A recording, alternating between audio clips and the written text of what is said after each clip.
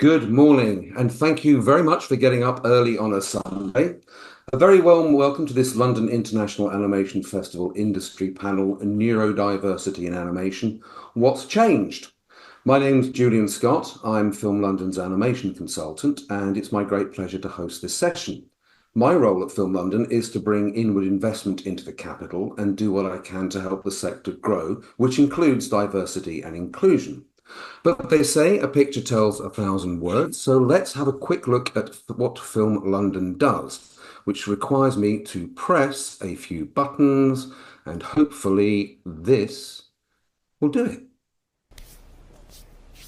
This is London.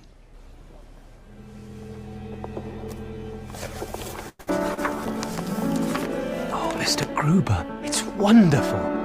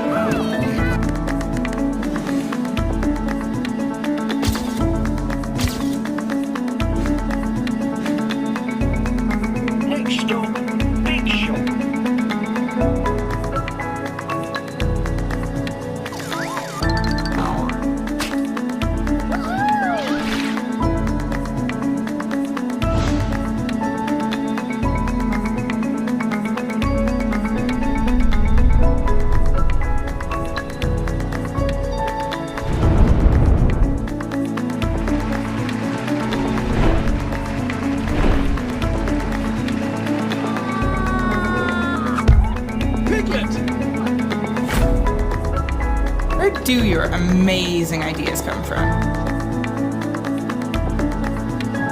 Let's get painting! Let's talk business.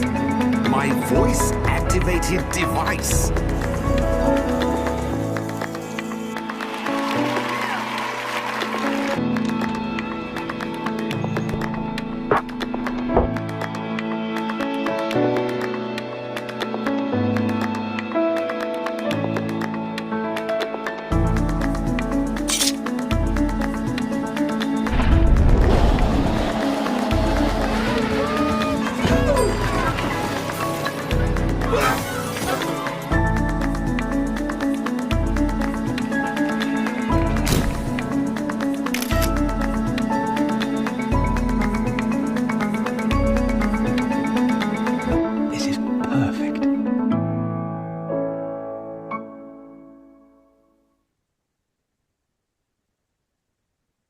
So there you go, a little snapshot of what Film London does. Film London's remit is quite wide in terms of animation, and more generally, Film London has the Equal Access Network, which is a beacon for equity, inclusivity and diversity across all of the screen industries. I'd encourage you to look at the Film London website, obviously not now, where information about the EAN can be found. And genuinely, it's a platform for membership which is tailored to support people who may feel that they've been historically overlooked or sidelined within the sector. So to the case in hand. A year ago at the LIAF, I hosted a panel similar to this one, and 3 of our panelists today were on that panel.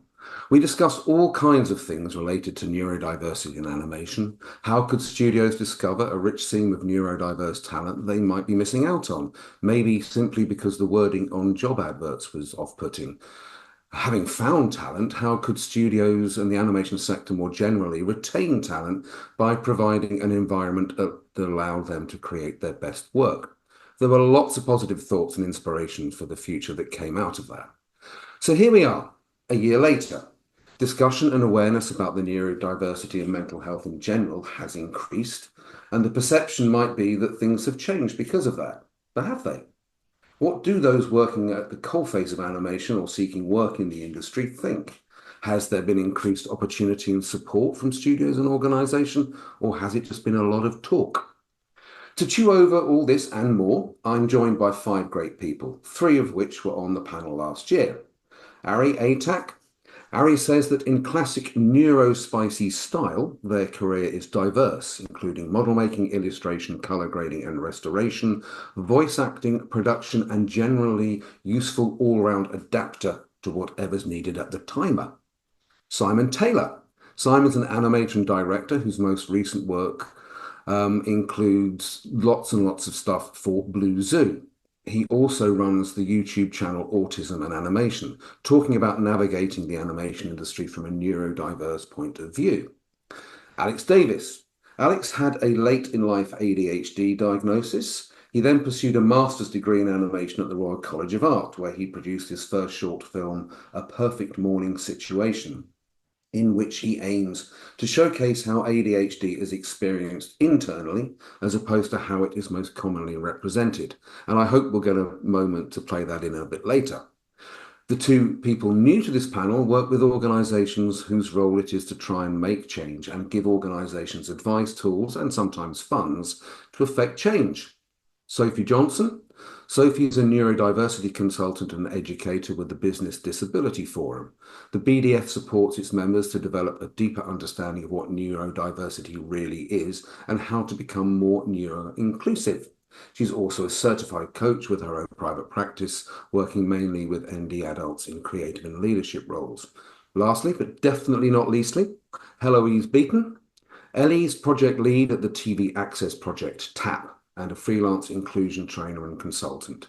Prior to TAP, Heloise was disability lead at Think Bigger, where she had the opportunity to work closely with organisations such as BAFTA, Screen Schools to develop disability inclusive practices. So as the discussion between us unfolds, please put comments or questions into the chat and we'll do our level best to answer as many as we can. I'm going to start with Ari, Simon and Alex. So we all left the panel last year feeling really inspired about the potential for change, and I'm wondering, has it? Simon, would you mind if I throw you in at the deep end? Thank you. Yeah, so what's I think stayed really positive is that there's still a lot of willingness to learn, and that definitely feels like that is still very much there. I think what we discovered since last year is that we maybe didn't define the situation well enough to make it easily actionable. So there's still a little bit of a feeling of this is a very complicated situation because everybody's different. And one of the things we're talking about at the moment are those broad strokes that the majority of neurodivergent people have in common that you could help people with before you get into the specifics of everybody's individual situations. So like, what are the broad things that you could educate an entire company about that would make quite a big broad difference? So when you say, well, in the preamble, I was saying to the panelists, I'm probably the least qualified person to talk about this for all sorts of reasons. But when you say the sort of the common factors, are you able to say what those common factors are? So things. One of the, and they'll be able to. You might want to chime in with more information about this, but I think one of the most common things is this term executive functioning. And that's all about how you organize information, how you process that information, how you act on it. And that is very much part, I think, of the neurodiversity Venn diagram. Well, a lot of neurodiverse divergent people need sort of support on, or sometimes just the basics of organizing your task list of the day. And so that's probably the main one that would apply to. I think things would be. It would be a quite significant benefit, I think, if everyone just understood executive functioning. I don't know if anyone else has anything they want to add to that one. I was going to jump in and say I think that something that's come up on our discussions in this is there's this vast willingness and wantingness to help, but we end up in this sort of how do you solve a problem like Maria's situation, where if you're familiar with the film, the nuns have Maria in the abbey and don't know what to do with her. And their solution ends up being taking Maria's own solution is taking themselves out of that environment and going elsewhere because the environment is so ill suited to their happiness and it's just upsetting everyone. And so when you come in and you go, oh, I've got this brand new information, there's this thing called being neurodivergent, and I can tell you all about why these things that might be challenges for me are challenges. And they go, great, what can we do to make it better for you? And you go, oh, I don't know what I'm allowed to ask for, what's okay, because we're kind of the poster children for bad behavior. They get held up, if you've been undiagnosed and you've reached adulthood in the generations that some of us are, all you've heard is negative language around your traits that are more challenging. And you don't want to be in there with sort of outing yourself in front of all your co-workers and your management and saying, oh yeah, well, these things as being lazy and distractible, but actually, great news, they're not, but they still sometimes present like that. And if you can give me flexibility and work with my strengths, you're going to have a great experience and we're all going to be really happy. But as soon as we try and funnel ourselves into these very established systems of productivity and fast turnover, we might hit up against problems. And there's no sort of official checklist to go back to of well, our studio has said we definitely want to make sure that you can get an extension on your deadlines, much like you might with exams and accommodations there. It feels like the industry hasn't, from my personal experience, yet got that set of guidance that they feel they can refer to. And so it gets pushed back onto you as an individual to say what you need. And you might not always be the best qualified to know what's reasonable to ask for. Can I make a comment about that? Just it's actually encompasses really a bit of what Simon said and what Ari said, to do with executive functioning and knowing what we need. And I think one of the problems can be that when someone is late diagnosed, they don't know what will work because they've spent their whole life with it not working. So actually it might be a case of knowing what will help, but being worried about asking for it. But it might be a case of actually, well, I don't know because I've never tried anything differently. So it's, do I trust the environment that I'm in to be able to try something differently? And maybe that doesn't work. So then we go back and we try something else. And these can be tiny changes. They don't have to be big things. They can be tiny changes. So, but I think it's, knowing that the environment that you're in is okay to do that.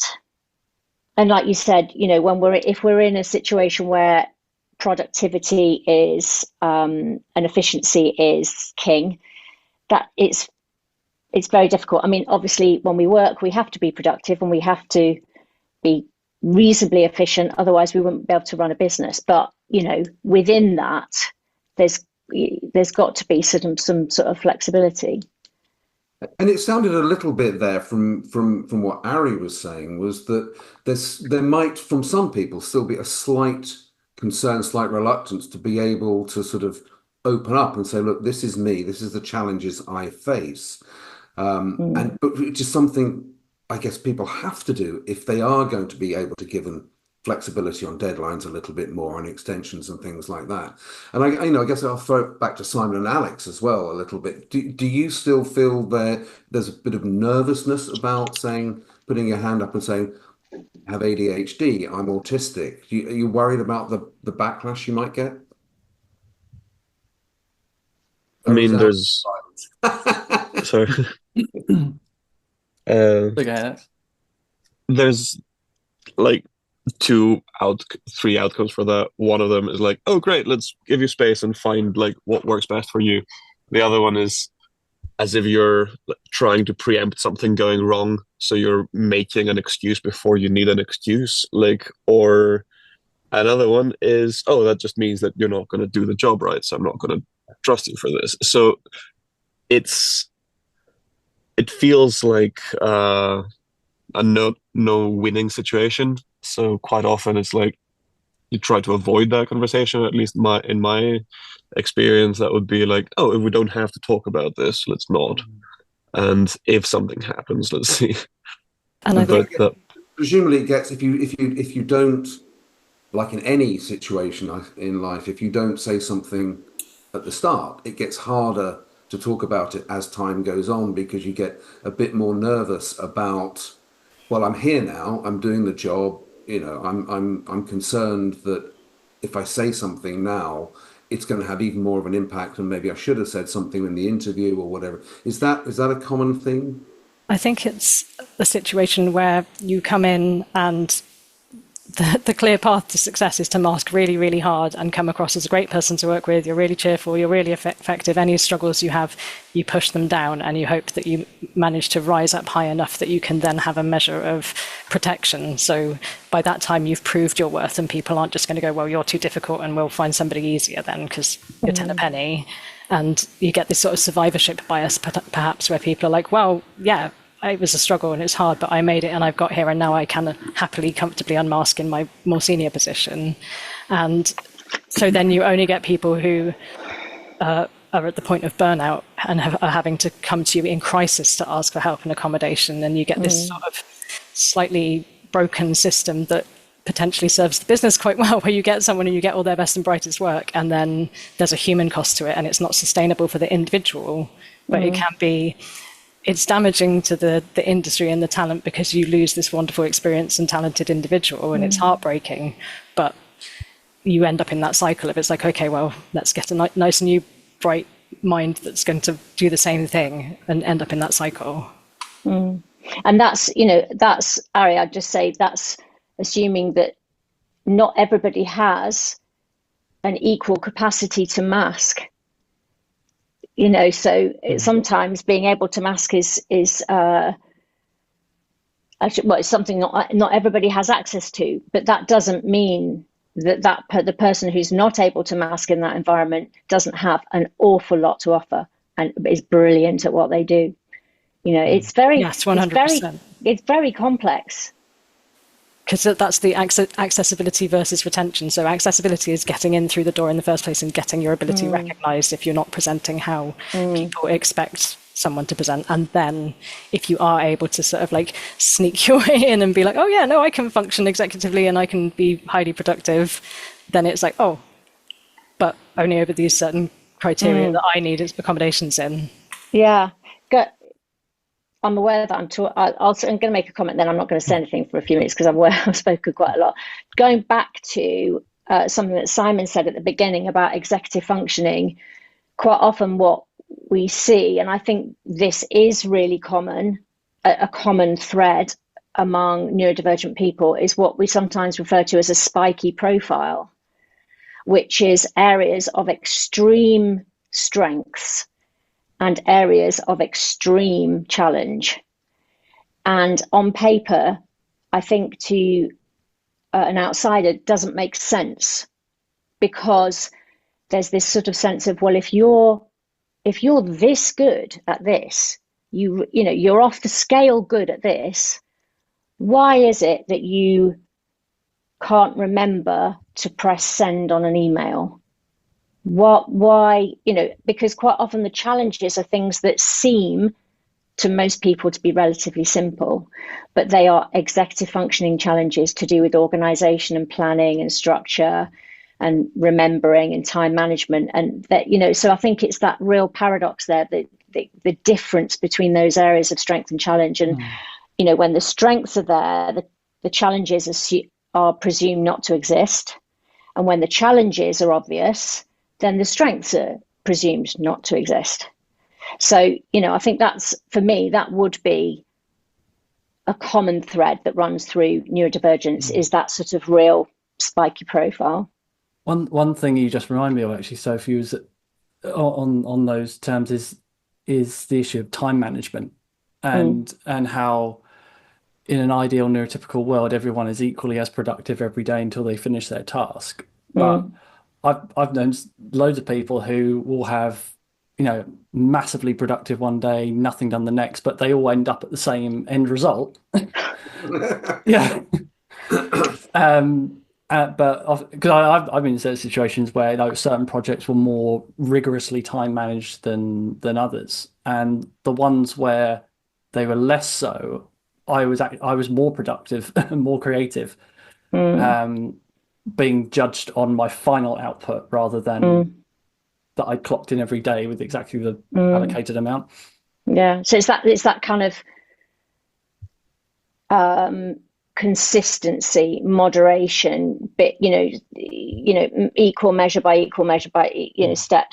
Sometimes, that's very hard. And like you say, there's kind of maybe patches of intense, an ability to intensely focus and really be super productive, followed by probably a bit of exhaustion and like, well, that's me done. But you've probably done everything you need to do. But you just don't, but you do it in a different way. And Simon, I think if I remember rightly, last year you said until you got your diagnosis, you struggled to understand why you face some of those challenges in sort of organisation and time management. And once you were diagnosed, a lot, I'm putting words into your mouth, so please correct me. A lot more of that made sense, and you were able to go to the studio and say, look, this is what I've discovered about myself. And they were quite supportive in helping out. Is that right? The main. So I've been quite fortunate at Blue that I've sometimes directed, sometimes animated, and that allows me to kind of, I quite like that because it allows me to see the kind of progression of the studio from different points of view, and so that I think what I was probably referring to then was I'd been an animator on a production that had very rigid time management, and it was several months after that I got my autism diagnosis, and that was when it was only actually in the diagnosis that I was told about this term executive functioning that I'd never heard of before, and that made an awful lot of sense of that, and it also made a lot of sense of why I struggle quite a lot in group conversation situations, because I find what the thing is quite common in, if I understand correctly, is that ability to know when to interject and how long to hold on to an idea before you interject. What is interjecting politely? What is interrupting? And if I understand correctly, that's kind of ties to executive functioning as well. And knowing that allowed me to be more comfortable in how I communicated things. Like, did I wait until the end of a meeting to then do a follow-up email or things like that? But actually, one thing to come back to, a really good point that Ari made, I think, was about the difference between being in a leadership position or not. And one thing that I've definitely noticed is once I was in a position of leadership, I was able to sort of craft the situation to my own brain. And that was well before I got an autism diagnosis. That was years before. But I ended up doing that kind of subconsciously. And now I know that in retrospect, the way I communicate to a team is very much like, I've tailored it very much to what works for me. But when you're not in it, it's one of those it's this weird thing, isn't it? Like the world is often changed by people who think differently, but those people are in a leadership position. And if you're not in a leadership position, then you're often seen as someone who is either rocking the boat or not quite fitting in with the team. And it's a tricky situation. Don't quite know how to describe it better. But I think that idea of fitting in with the team as well, because obviously myself and Simon are opposite ends of the hierarchy in the animation production, and I don't know if this is all studios run this way, but it's not like you choose your teams. It's not like when you're in the school playground and you go, oh, well, you're really good at kicking and I'm really good at being in goal, so we'll make a team and we'll play to our strengths. Quite often it's because it's being done sort of on a mass recruitment scale. It's just like, yep, you're a junior animator, you're a mid, you're a lead, you're a team, now off you go. Start being productive. And I've definitely sort of had teams where I'm working with, but it's like, okay, yeah, the way that our brains work, we all click really well together and we're going to be really super productive. And other ones where it's like, oh, okay, we're going to sort of rub up against each other the wrong way just because we have very different ways of doing it, and we're going to have to spend time learning that and accommodating for that rather than just hitting the ground running. So I think there's a big difference between when you have an established team that works together and is well balanced and you can compensate for each other's strengths and challenges, compared to just sort of like, right, you're on this contract, you're here for 6 months, figure it all out because it's got to be done, and then off you go again. I'm gonna. There's a question that's just come in from the big wide world from Daniel McLaughlin, and Daniel said that he doesn't feel that the onus should be on the individual to identify as being neurodivergent or to ask for what they need, especially if they're late diagnosed, which can be a very vulnerable time. What can the industry preemptively do, or are there any notable experiences where it's already being done right? And I'm going to ping that question to Ellie and Sophie, because Ellie, I know you mentioned, or you said before that what TAP came from, and I know that you've worked across all the other sort of screening of TV and film, mainly in live action, and animation. I think I'm right in saying is the next bit of what you're doing, but should the focus be on the individual to identify, or can the industry, can the studios be trained, be brought into being, I don't know, being more observant? I don't know. I'm blathering now. No, I think it goes hand in hand, doesn't it? It's about creating inclusivity from the very beginning for all deaf, disabled and neurodivergent talent. But also we know that every single individual is completely different in what their access requirements are. So, where you can create a really inclusive environment, you might have two individuals working on your team who are both autistic, but actually have very, very different preferences in how they communicate or how they work with each other. So there's a slight mix there. I'd love to just start with a little bit of kind of positive news, because you wanted to reflect on how far you've come from last year's panel. So CDN, who collect data through the Diamond reporting, in the category which encompasses neurodiversity, in 2019 to 2020, 2.2% of people identified as neurodiverse, and in 2022-2023, that nearly doubled to 4%.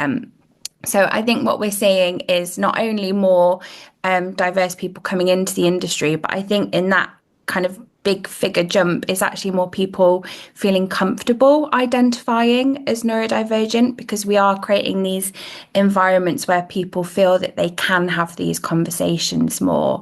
And it's a really big piece of work. Sorry, do interrupt me because I will go on a big monologue. But it's a big piece of work that the TV Access Project is focused on. So we're made up of our 10 members, the BBC, ITV, Channel 4, Paramount, UK TV, Sky, STV, Amazon, Disney and BritBox. So if you're producing any work for any of those 10 members, all of our outputs will apply. And one of the starting points in TAP's work is identifying that exact problem. How can we make an industry that is preemptively more inclusive and welcoming for all DDN talent? So that's where the 5A's came from. And the 5A's are a template for inclusion that anyone can pick up, whether you are in animation or games, whether you're entry level or whether you're in a senior position. And the 5A's are anticipate, so thinking exactly to that point, how can we make sure our environment is as inclusive as possible, that our hiring processes are inclusive. Ask, so making sure that you're having those really important, really sensitive conversations with everyone and putting their individual access requirements in place. Assess, so just constantly checking in on what your processes and your policies are, because we know that inclusion isn't just this kind of one-time act, it's something that's kind of constantly working on and constantly developing. Adjust, so making sure that we are making those changes. And then finally advocate, so making sure we're advocating for all talent. So that's a template that all 10 members of TAP have adopted, that we're trying to trickle down throughout the industry, and anyone can adopt in their workplace to make it more inclusive. And that sounds... Sorry, Sophie, carry on. No, I was just going to say that's an amazing framework, Ellie. It's really good. It's brilliant, actually. And just to, when you... bringing in the question that was asked in the chat, it was interesting because when so I can't remember who said it at the beginning, made a comment and I wrote something down and I put down, do they have to ask? I just wrote that down. It's just a thought that I had. And then I saw the question in the chat, which was really interesting. And, you know,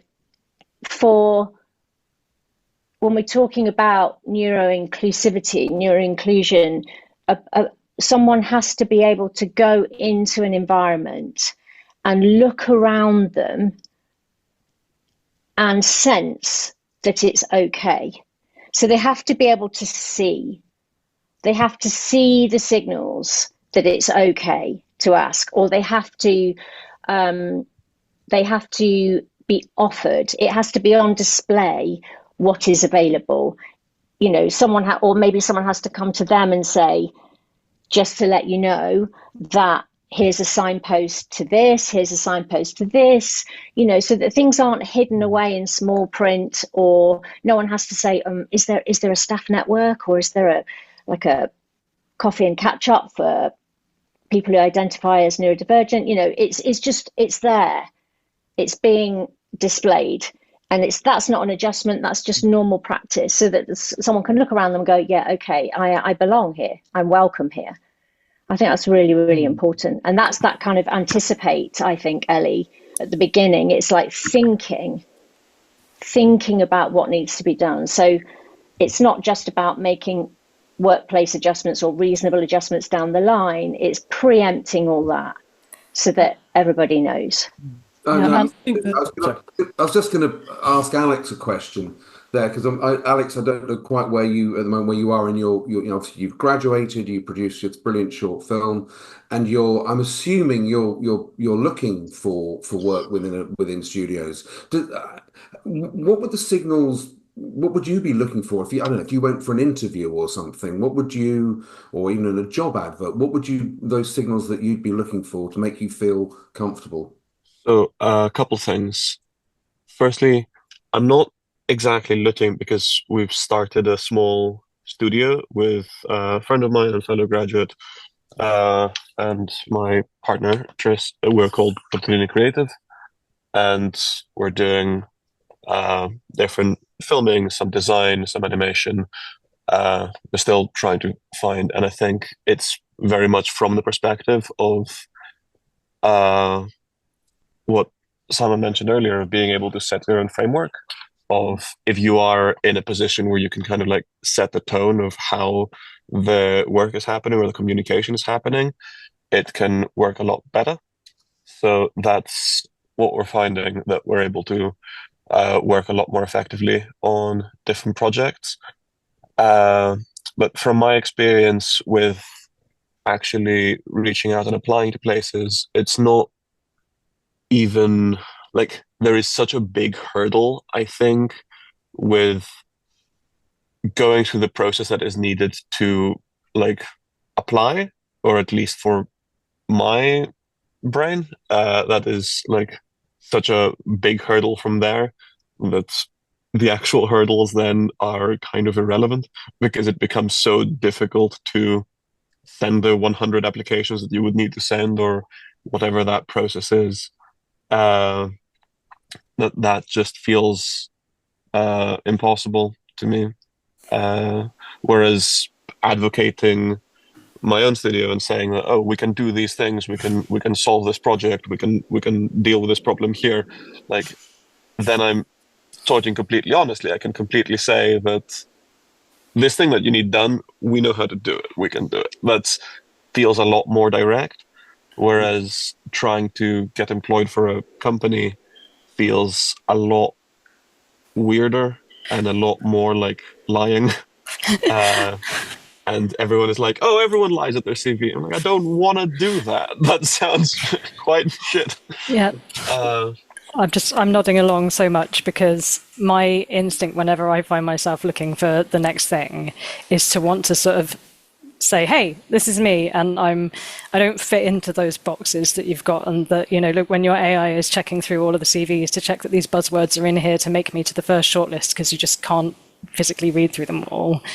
Yeah. It's not going to get across what I'm going to bring, because I have spent my lifetime becoming myself, and I have all sorts of amazing things to offer, but it's the spiky skill set thing that Sophie was saying. It's very spiky. It is like, if I love this thing and I'm interested in it, I'm going to innovate the heck out of it. But if you do sort of fit me into this machine where it's literally, we want you to do the same thing day after day after day and just churn it out, we're probably not going to be a really good fit. So that's it's a turn off, and it feels, if not dishonest, disingenuous and like a waste of what you can bring into the world if you're going to have to sort of like dumb yourself down to fit into these categories to pass the checkboxes. No, I was coming back to what you've just described, Ellie, which the 5 A's, which I think is amazing. Is that something that an individual can do within a production company or a studio? So, and I'm not suggesting, I won't use any names, but if I was working at Animation Studio X, can I get hold of this form and fill it in and then give it to my employer? Or would people think that again is a little bit like putting your head above the parapet just to be shot down? No, the 5 A's is something that anyone can adopt in their day-to-day practices. So we created some animations which are on Screen Skills website. So if you're interested in learning more about them and how they practically apply to the different areas of production, do check out those animations, share them with your colleague, share them with your boss. Another big piece of work that we're doing, and it goes back to one of Ari's points right at the beginning, is that there's no guidebook on how to be a disabled or neurodivergent person. I think in education we're really good because you go through like these assessments and you can get XYZ when you're doing exams, but nothing like that exists in the world. You just kind of fall off a little bit of a cliff when you leave education. I received a massive package of support throughout my university education for my own disability. And then it took me a good 8 years of being in the workplace to figure out that the same things apply. So one thing we're working on, again with Screen Skills, who's one of TAP's partners, is a hub which will launch in the new year for deaf, disabled and neurodivergent talent across all of the screen industries. And it's a place where you can go to really find out, what can I ask when I'm applying for a job? Can I ask to submit that application form as a video if I am really struggling to do a written form, for example? What you can ask for at interview stage about reasonable adjustments, access to work. So yeah, a little just kind of how-to guide really to the industry. And as part of that, we're also developing and we'll launch alongside an access passport, which is a really brilliant document that's being used much more. I'm not sure about animation, but particularly in TV production, access passports are starting to be utilised much more. And they're these really brilliant documents that you can set out what your access requirements are, what you think they might be as well. So we acknowledge that it's not a fixed request, that access can change and it develops, and things might not work. And it's really brilliant for a freelance industry because, as Daniel said in his question, it's a really vulnerable conversation to have, particularly as a freelancer. When I was working in production, I worked on really quick turnaround programs that were 6 weeks long. So in the course of a year, I'd work for 15 different companies. So to have that really vulnerable conversation 15 times across the year is really, really hard. So instead, by utilising an access passport, when I go to a job, I can hand it over to my line manager and say, these are my access requirements. Please put them in place and we can have further conversations. So it's just taking away that really difficult conversation and making it easier to communicate your access needs. So yeah, we're really looking forward to that being launched next year. That sounds great. And again, I'll throw that back to Ari, Simon and Alex. Does that all sound like very good news?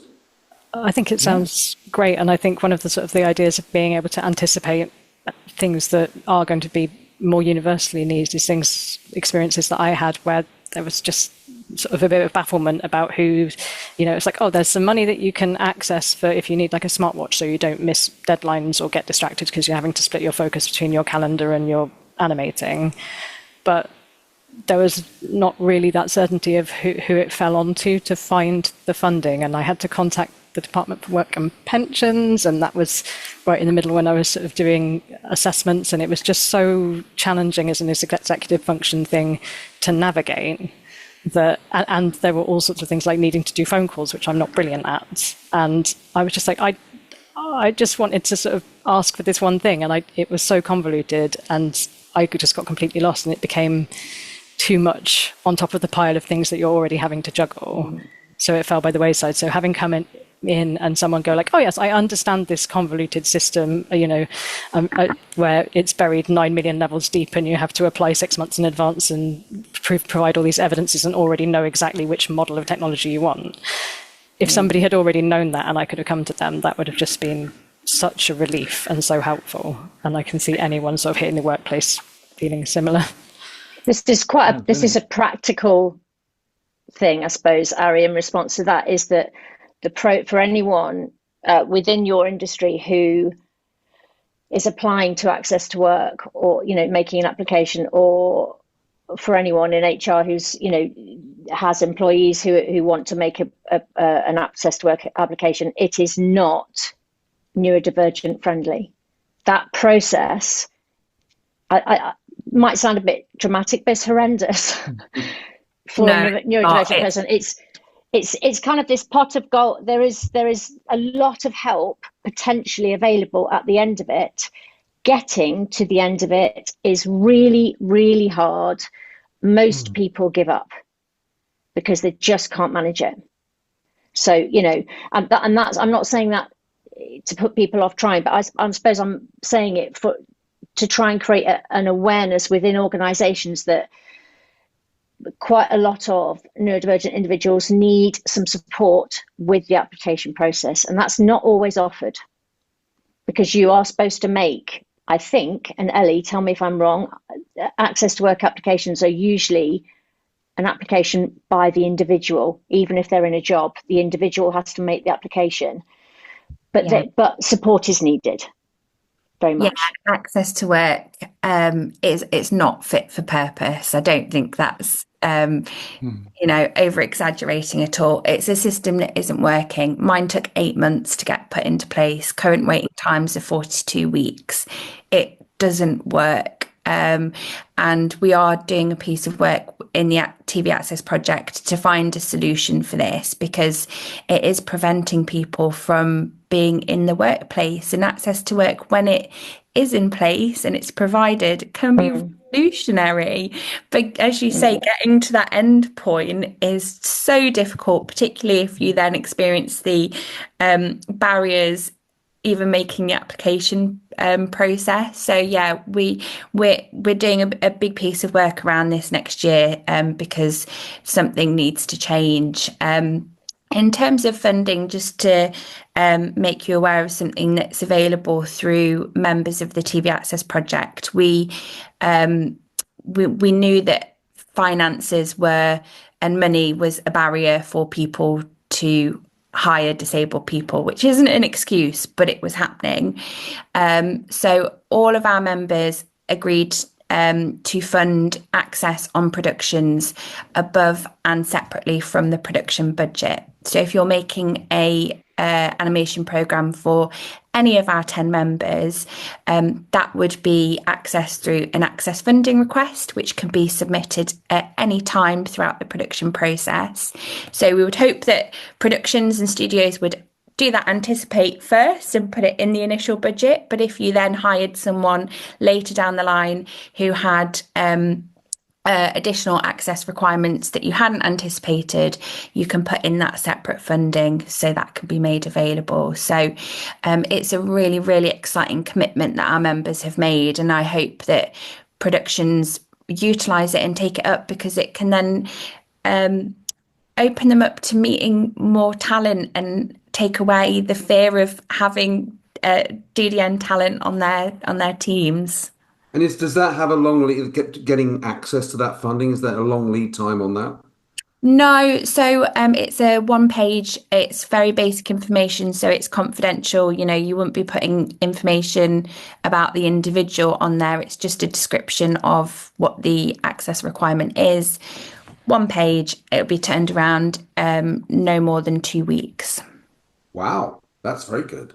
That sounds amazing. Yeah. Such a really shining example of like what we can do and how things have changed. So it's beautiful, much better than sort of getting all the way through the process and getting an email sort of saying you've been dropped because you didn't respond to this email in 3 days, and therefore, that you're back to square one again. So Does that happen, Ari? that happened to me.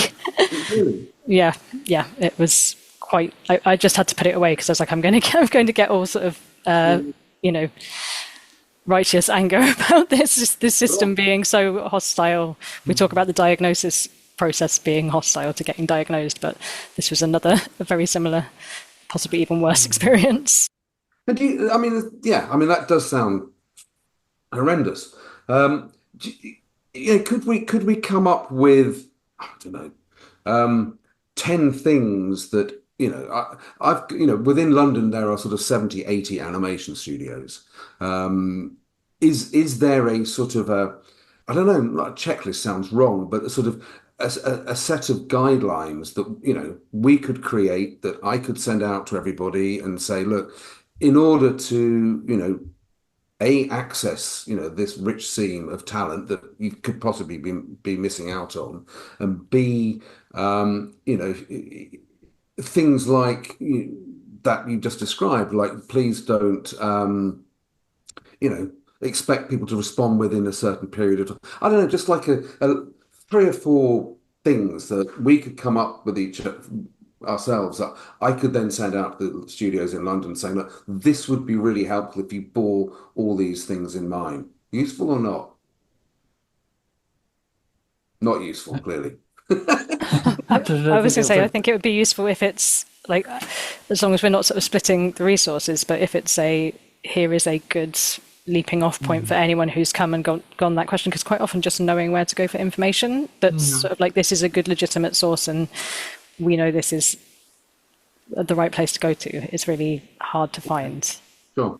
One of the things that you mentioned, Ellie, which stuck in my head, I think you said one of your 5 A's was assess, and like the check-in process to make sure that things are progressing and all that sort of thing. And I think that's one of the things that sometimes is a situation that people could be put on a training course to learn about neurodiversity, but then if there isn't that constant check of, is this making a difference? Does more training need to happen or anything like that? Then often I could see it becoming quite a sort of a one and done situation where that you've had your training but then in real terms things don't improve that much. It can be quite performative that, inclusion's this kind of one big act that we do in one day of the year.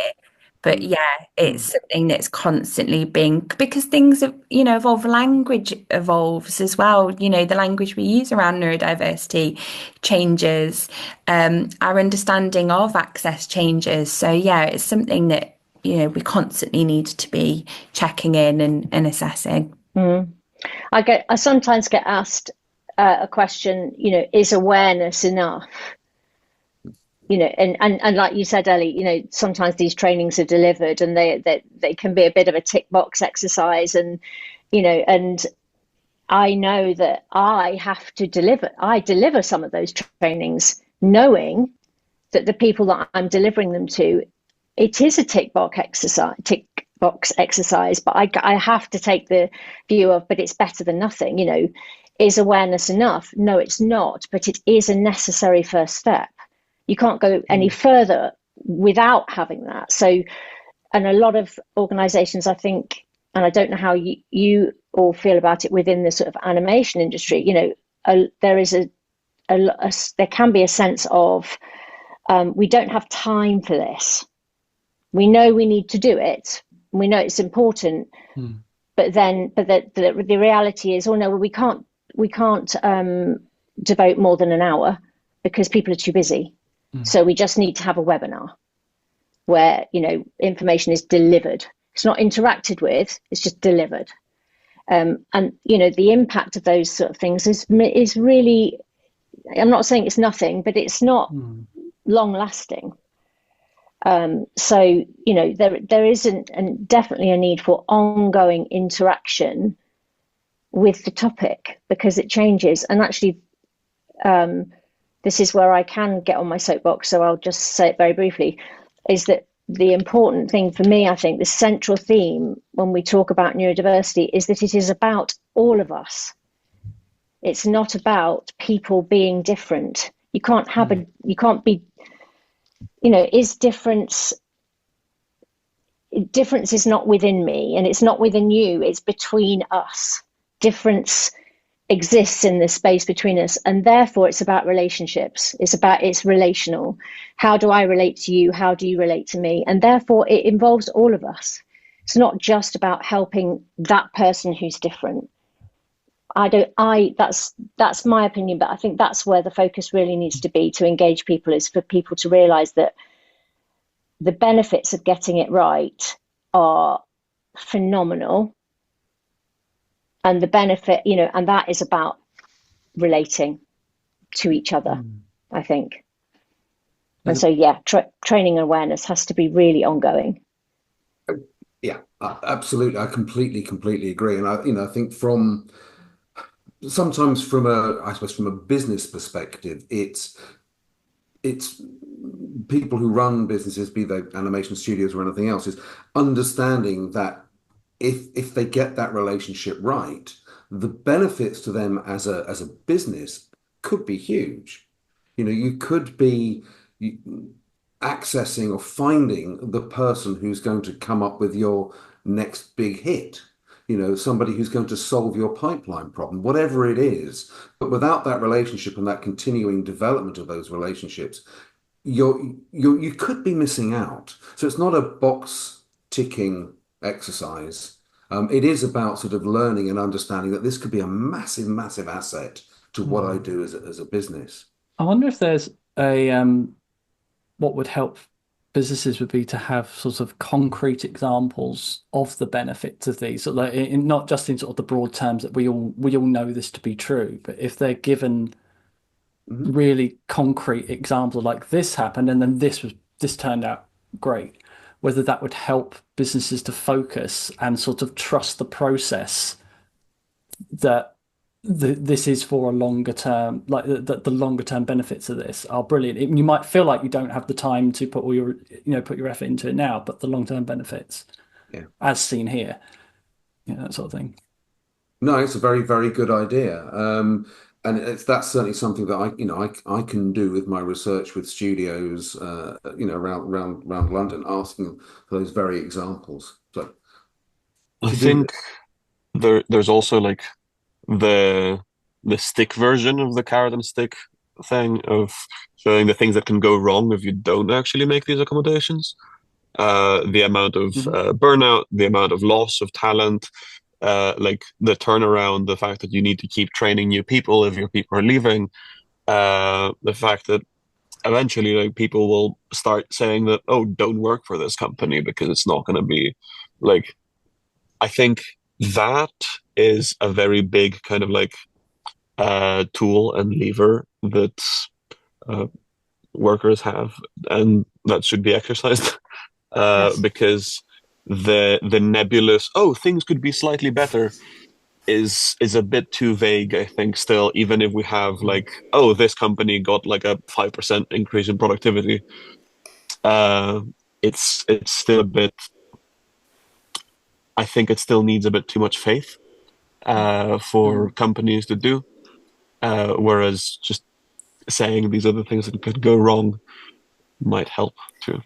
It's sort of like we talk about sustainability, and we often talk about that from an environmental perspective. But if you view your business as an environment, and if you take a scorched earth policy where like sometimes you need to do that and you need to do that to regenerate, but sometimes you just destroy everything and you lose through this drain of like knowledge and innovation and that creative spark that made your studio a great place, just gets sapped away if all of those people are sort of going, oh, I can't have an impact here. And I think that very often what your neurodivergent staff will bring is a different set of motivations. Like, I'm not necessarily motivated by sensible things like my paycheck and making sure that I've got something shiny and new on my reel or my CV. I'm not very motivated by self-interest. I'm motivated by passion and problem solving and wanting to get engaged. And I can see we've got a question sort of saying, what can you have on your company website that might sort of flag you as an appealing place to work for neurodivergent individuals? And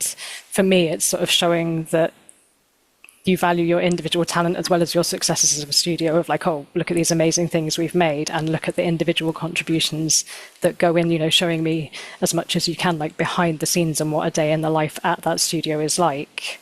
Show me that you recognize that you're built upon the backs of human labor and human investment and human passion. Sure. So I mean, maybe there's, as Santos's question said, was, the first contact with any animation studio is that shop window of the company website. Could there be areas on but and front and center, not just tucked away at the back somewhere, of the company website saying, this is our approach, here are some of our success stories, here are some of the people who identify as being neurodiverse, talking about what it's like to work here. I don't know, I'm just chewing the cud a little bit. Would that be useful? I think one thing I think yes, one thing that's just a thought going on at the moment is having examples of people who work in an organization at different rungs of the ladder and a different not just, for example, I'm trying to think how best to describe it, but not just like the person who got a short film made or that sort of thing, like examples of a junior animator, a designer, just some stories from people of all over the company. I think would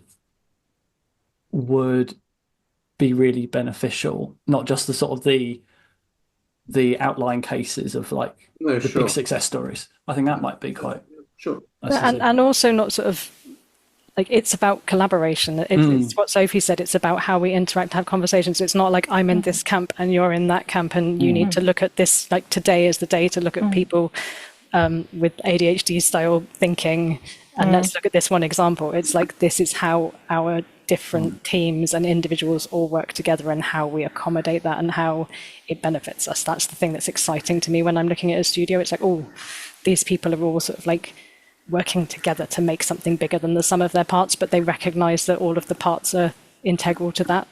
And that's culture. That's culture, isn't it? Yeah. That's developing culture. Being neuro-inclusive, I don't think is just about making adjustments or workplace accommodations. I think you can actually be quite non-inclusive as a culture, as an attitude, but still make those adjustments. It's about, again, it's the feeling that one gets of the whole thing. It's threads that run through the whole organization that people just know, they just sense that this is, it's an inclusive place to be, and what they have to offer is really important. Even if it's different from someone else to someone else to someone else. Yeah, I went on a studio visit last week, and not specifically on this topic, but just somebody invited me down to have a look. And I went, and I think they've got like over 100 people working in there across all forms of animation. And so we went from the front desk through to the back, and it was just this massive, big open space. Now that may not appeal to some people, but to me, when I walked in, that said an awful lot to me about the culture of that studio, not specifically in terms of neurodiversity, but it didn't seem to be that that's the commercials department, and that's the people who do short form, and that's the people who are doing feature films. It was all in. You could see people walking around, and somebody had brought a cake in, and people going up and getting bits of cake and you just walk in there, and from just a sort of a production, a creative environment, you just think, wow, this is a really interesting place to work. And it took 10 seconds to make that judgment for me. Are those the kind of things that you want to see, or would that again, I know it's a very, very individual response, but are those the kind of things that you'd like to see if you're looking behind the scenes? Yeah. And how does that apply to a remote working studio as well. That's very true. Interesting. Yeah. I think just to respond to that, Julian, it's that picture that you presented there felt quite warm and welcoming and quite vibrant.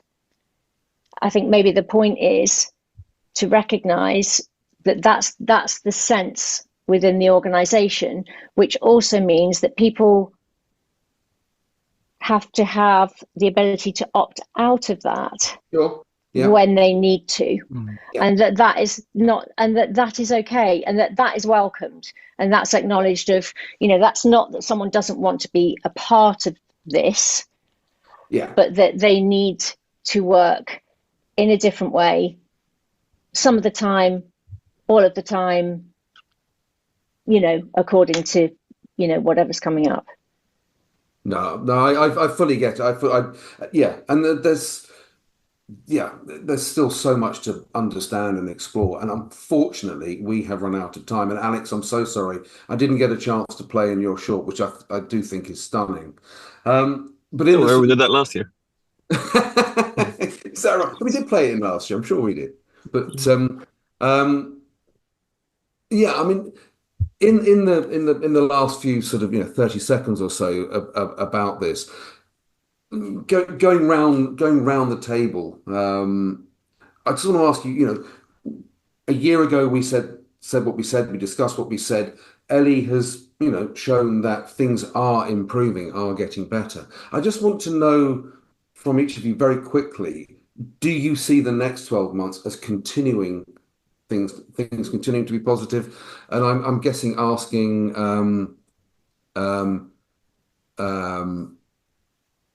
sorry, somebody's pinged something up in the chat, which threw me slightly. From what you've heard from Ellie and what you've heard from Sophie, from sort of organisations that are trying to support and help, do you see things continue to be positive? Alex, I'll throw that at you first of all. I think it's very much on an individual level, and there's always progress. The more you understand about yourself and your own needs, and the more you understand about this space in general and how we can make space for others, it's moving forward, right? But I don't think we can say that everything is getting better. I think that's a very big kind of thing to try to say. But on an individual level, I think that there's progress. And I expect more progress. Good. Progress, it may be slow, but it's progress. Simon, what are your thoughts? I was going to say, I'm really inspired by hearing what Ellie you say about TV Access Project and Sophie, because so much of what you've said have been similar conversations we've been having, and not necessarily knowing what is the perfect solution to that. And it's great to hear that there is already an organization that is talking about all these things, which I'd love to hear more about. And things like changing a company's culture, not just training, like just those sorts of things is I say that's my main takeaway from this has been that's inspiring to know. I'm going to be bugging you both for more information. Please do. Bug away. Absolutely. Yeah, please do. Ari, what are your thoughts? Yeah, I think definite optimism to learn of these things, but also a slight frustration of why am I learning about this now on this call when it would be really brilliant to have that just sort of generally known knowledge of the first thing that happens when you hit a studio is you get a page of links where they're these are our country and our industries go-to signposted. This is the process for how we make this work better and how we optimize it all. Fabulous. And Sophie, thoughts? Oh gosh, well, I can't be industry specific. No. But what was the question again? Sorry. Well, just whether you sort of hearing what you've heard from where we were a year ago to where we are now, and Simon, Ari, and Alex have said about their experiences, do Yeah. you think this is there's continuing progress in sight? Yeah, I do. I do think so. I mean, I agree with Alex. I think it can be quite, it can be quite an individual experience. It's difficult to know overall. It's difficult to gauge it. And I think, like you said, the awareness thing in the media, it's just been whipped. There's so many conversations that sometimes there's a feeling of a little bit of a backlash because of that, and there's not always the right information going out. But I do think that awareness is growing, and I think a recognition that there's a need to understand at a deeper level. I'm definitely seeing that, certainly with the organizations that I'm engaging with. Like I say, it's not always optimal, but it's more than it has been. And I think we have to acknowledge that you only get to a place that you want to go to by taking tiny, tiny steps, and know that it's a bit like you're wanting to lose 2 stone. Well, you've got to lose little bits to get to where you want to be. You don't just get there. So I think it is important to acknowledge those things, and I think it is going in the right direction. Fabulous. And Ellie, thoughts? I know, I mean, you've mentioned a lot of progress that you're making already in this sector, what do you think? Yeah, I'm optimistic. There is still a long way to go. Our overall goal is full inclusion by 2030. So we're giving ourselves a good lead in time there. So 5 more years to get to full inclusion. We've come up with lots of great tangible solutions, but we need to continue working to find more.